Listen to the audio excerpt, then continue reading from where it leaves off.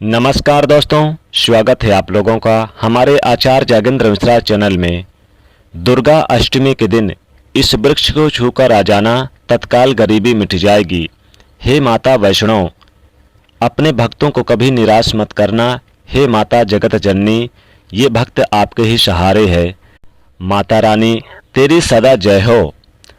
नवरात्रि में दुर्गा अष्टमी के दिन इस पेड़ के छूने से गरीबी तत्काल मिट जाती है। माँ दुर्गा दौड़ी दौड़ी घर चली आती हैं और सुख समृद्धि लेकर घर में वास करती हैं।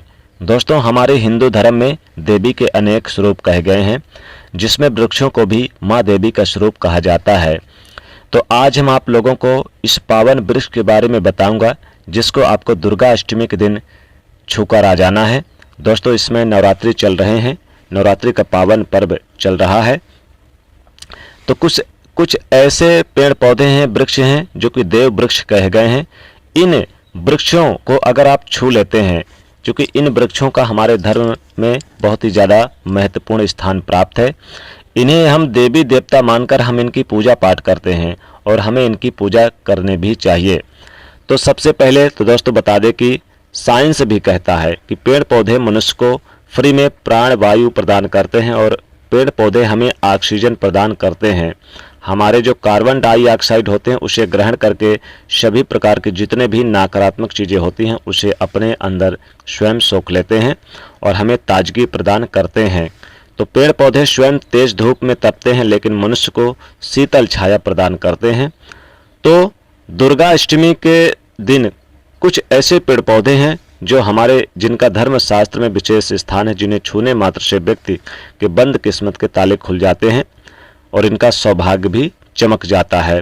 तो दुर्गा अष्टमी किस दिन है दोस्तों? 2025 में चैत्र नवरात्रि जो चल रही है, इस बार दुर्गा अष्टमी 6 यानी कि 5 अप्रैल को है।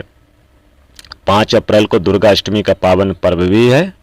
तो आपको आज 5 अप्रैल को दुर्गा अष्टमी के दिन आपको इस वृक्ष को छूना है। आज के दिन महागौरी की पूजा की जाएगी।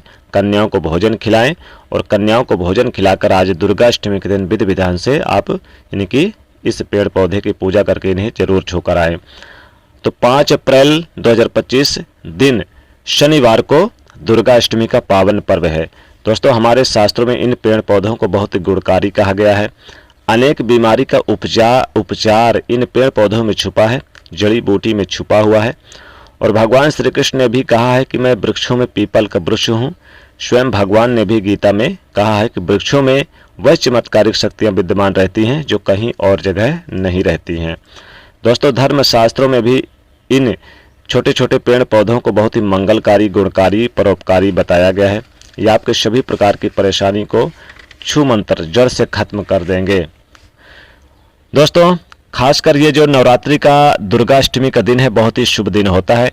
दुर्गा अष्टमी के दिन आदि शक्ति माता महागौरी की पूजा आराधना का दिन होता है और कन्याओं को भोजन खिलाया जाता है। इसी दिन आपको इस वृक्ष को छूकर आना, क्योंकि इस दिन माता दुर्गा यानी कि जागृत अवस्था में रहती है, पूर्ण शक्ति के साथ पृथ्वी पर विद्यमान रहती हैं इन पेड़ पौधों पर।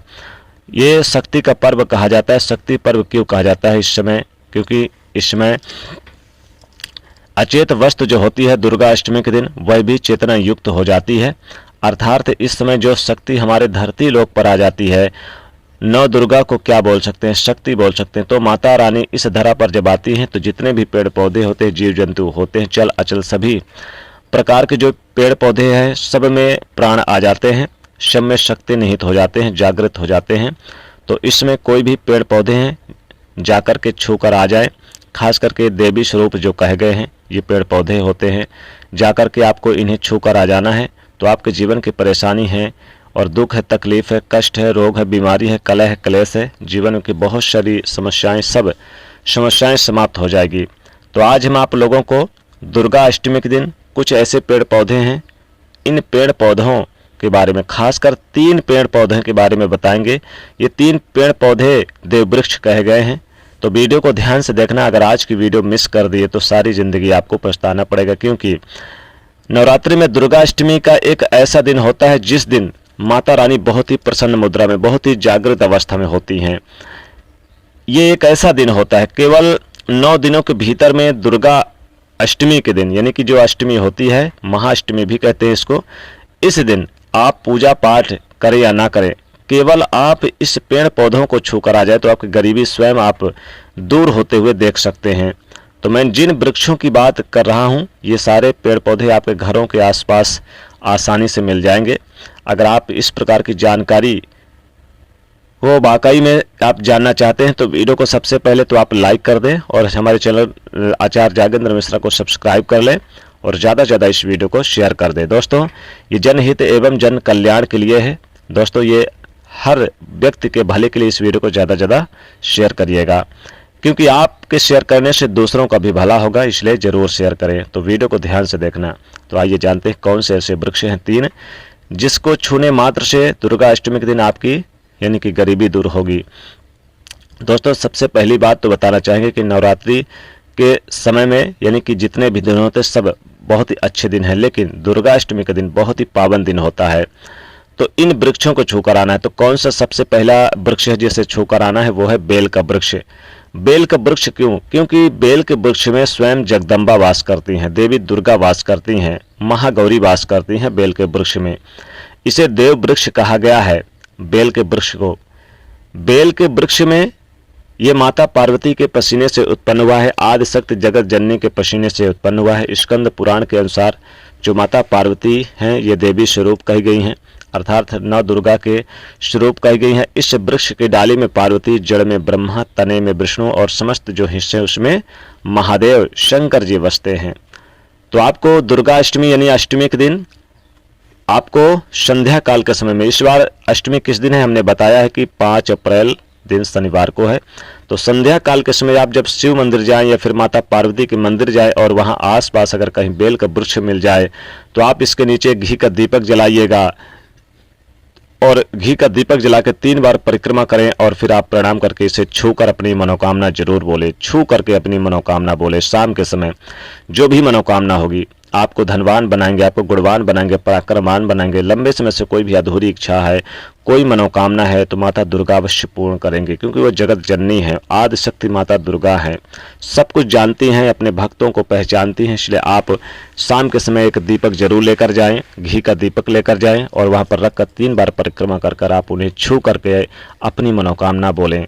विवाह में देरी हो रही है तो विवाह जल्द होगा, संतान की देरी है तो संतान होगा, और जीवन साथी के साथ कोई तालमेल अच्छा नहीं तो तालमेल अच्छा होगा। धन व्यापार में तेजी से बाढ़ आ जाएगी, घर परिवार सुख समृद्धि से रहेगा। तो बेल के वृक्ष को आपको छूकर आना है दुर्गा अष्टमी के दिन यानी कि अष्टमी के दिन। अगला वृक्ष, अगला पौधा है तुलसी का पौधा। तुलसी के पौधे में स्वयं माता लक्ष्मी जी वास करती हैं। तो आपको इस दिन शाम के समय में तुलसी के पौधे को छूकर आना है। ये तो आपके घर में भी मिल सकता है, आसपास भी मिल सकता है आसानी से। तो तुलसी के पौधे को छूकर आ जाएं। इससे आदि शक्ति जगत जननी बहुत जल्द प्रसन्न होती हैं और भक्तों के कष्टों को दूर करती हैं। आदि शक्ति जगत जननी, और जो भी कुछ समस्या है, परेशानी है, वो दूर हो जाती है। तो माता वैष्णव को प्रसन्न करने के लिए आप इन तुलसी के पेड़ को जरूर छूकर आ जाए। तुलसी के पेड़ को छूने मात्र से उनके शाम को उनके पेड़ के नीचे एक दीपक जरूर जला दे, 3 बार परिक्रमा करें, इससे गरीबी नष्ट होगी।